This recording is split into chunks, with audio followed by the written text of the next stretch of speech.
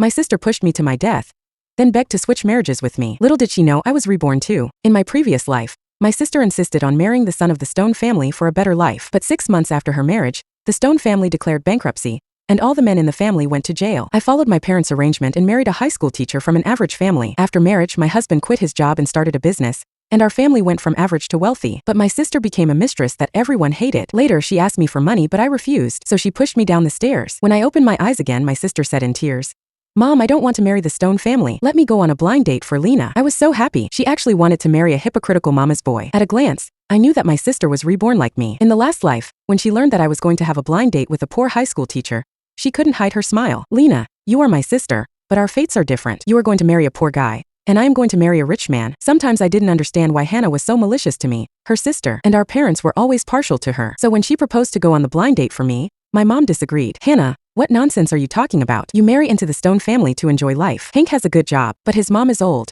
and you will inevitably have to take care of her if you marry him." So Hannah deserved to be happy when she got married, and I deserved to marry a poor man and be a nanny. My mom noticed me after she said that. She glanced at me and said calmly, "Lena, I'm not partial to your sister. You know Hannah is in poor health, and she can't bear any hardship." I nodded obediently, gently patted Hannah, who was crying, and persuaded, "Hannah, just listen to Mom. Let me go on this blind date." Hannah seemed to remember something. Her eyes were filled with unwillingness and resentment. Suddenly she pushed me away and yelled hysterically, "Lena, don't even think about it. I will never make the wrong choice again this time." Then she dragged our parents into her room, leaving me alone outside. I guess she must have told them that Hank would quit his job and start his own business in the near future and make a lot of money. She might even make a scene to convince our parents to let her go on the blind date. Sure enough, when her room door opened again, Hannah looked like she was sure of winning. My dad coughed and said, "Lena, don't go on the blind date. Get ready to marry into the Stone family." Logically speaking, the Stone family was not something my family could reach. But my grandfather and Sir Stone were once comrades in arms who had fought through life and death together. So they arranged this marriage when we were kids. They said at the time that they would choose one between me and Hannah, but I knew that such a good thing would not be my turn. In the previous life, Hannah boasted to me a lot. Before it got dark,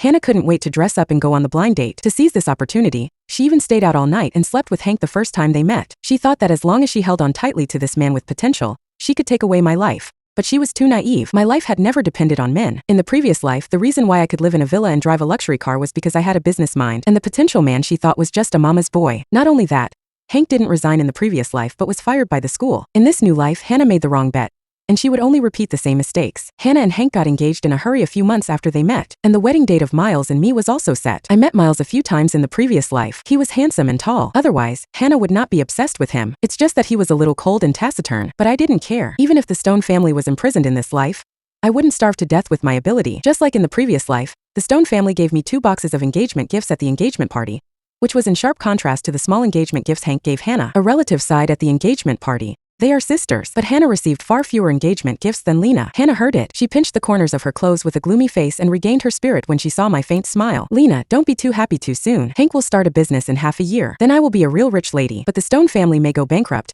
and the whole family will go to jail in a while. If that day really comes, don't forget to ask me for help." I smiled and stepped forward. "Hannah, don't worry, that day will never come." Hannah glanced at me with contempt and sneered as if she were looking at a fool. But she didn't know that she was the real fool. Hank looked gentle, but his moral character was not good. She would know it later. Hannah's wedding was only 1 month earlier than mine. On the day of her wedding, I got up early and kept busy. I saw her sitting in the wedding car, and went to that dilapidated old community. I lived there for 2 years in my previous life. The most common thing Hank said was, "My mom said." Oh, every day I went out to run for business, and when I got home I had to deal with him and his difficult mother Maria. Maria made trouble for me every day in the first year of my marriage. She either said that the food I cooked was too salty, or that she didn't like it. She said I was extravagant when I cooked 1 meat and 1 vegetable. Whenever she and I had any conflicts, Hank always stayed away. Afterward, he would advise me with a stern face. "It's not easy for my mom to raise me. Can't you be more filial to her?" I had never been a person who would swallow my anger, so I got angry on the spot. "Your mom worked hard, so you should make it up to her." Later I made money and Hank had a scandal. Even if he and Maria had many opinions about me, they could only be respectful to me in person. I just didn't know if Hannah had the ability to do so. After Hannah got married, I was not idle either. If the Stone family was unreliable, then I had to make plans for myself. I took a lot of shortcuts with the experience of my previous life. I went to my partner from my previous life with the completed proposal. I waited for 3 days at the door of his company and finally met him. With my self-recommendation, he took my proposal. At first, he just flipped through it casually, and then he called me to the office to discuss it in detail. When I came out of his office, it was completely dark, and I successfully got the first investment. I rented a small studio with all my savings. I took fewer detours and avoided previous mistakes. I could accurately choose the one with the most significant benefits from many projects, and the partners I chose were all reliable. So in just 1 month, I had already made considerable profits. As the wedding approached, I thought of the ending of the Stones in the previous life. I didn't know much. I only knew that they seemed to be suspected of illegal fundraising. However, through my contact with them and my observation and inquiries during this period, I found that the Stone family was doing business honestly. Was there any hidden story? Before I figured out the truth, Miles and I were going to have our wedding. Hannah came early on my wedding day. She was making sarcastic remarks while I was getting dressed. Lena, don't be too happy about marrying into a wealthy family. Don't forget the advice I gave you last time. I smiled and nodded. When my eyes fell on the oil stains on her white clothes, I raised my voice. Hannah, did you make breakfast before you came? You never cooked in our house before. I know you feel sorry for Hank, but you can't spoil him too much. It doesn't cost much to buy breakfast. In my previous life, when I just married Hank,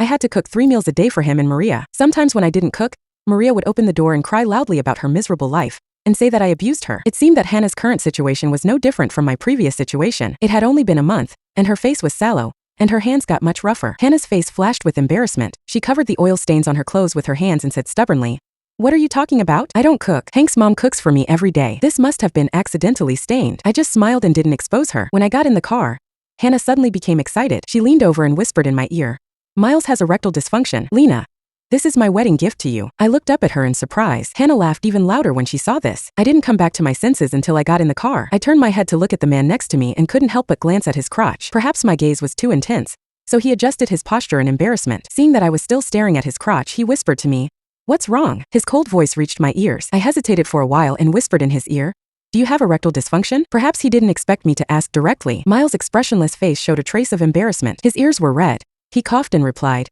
"I don't think so." I looked out the window, not quite understanding. In fact, after getting along with him for this period of time, I had a good impression of him. I thought if there was something else behind the Stones' imprisonment, then I would solve it together and live a down-to-earth life. I thought we couldn't have a good sex life. But unexpectedly, that night, Miles showed me with his strength that he not only did not have erectile dysfunction but was also very good in bed. The next day I rubbed my waist and secretly cursed Hannah for lying to me. After some time, I was basically sure that the Stone family would never do anything illegal. Sir Stone had been a soldier for many years. Miles and his father were also upright and had good moral character. I was almost sure that there must be something else going on. I thought about telling Miles directly, but I didn't know where the problem was, and I didn't have a good reason to convince them. Since it happened to their company, I decided to investigate it myself. When I asked Miles to join their company, he agreed without hesitation. He didn't ask me if I could do it or what I wanted to do, which made me feel relieved. I concealed my identity and got into their company. On the surface, I was the secretary of the president, but privately I started to investigate. I checked every project and every expenditure of the company. After 2 months of investigation, I finally found some clues.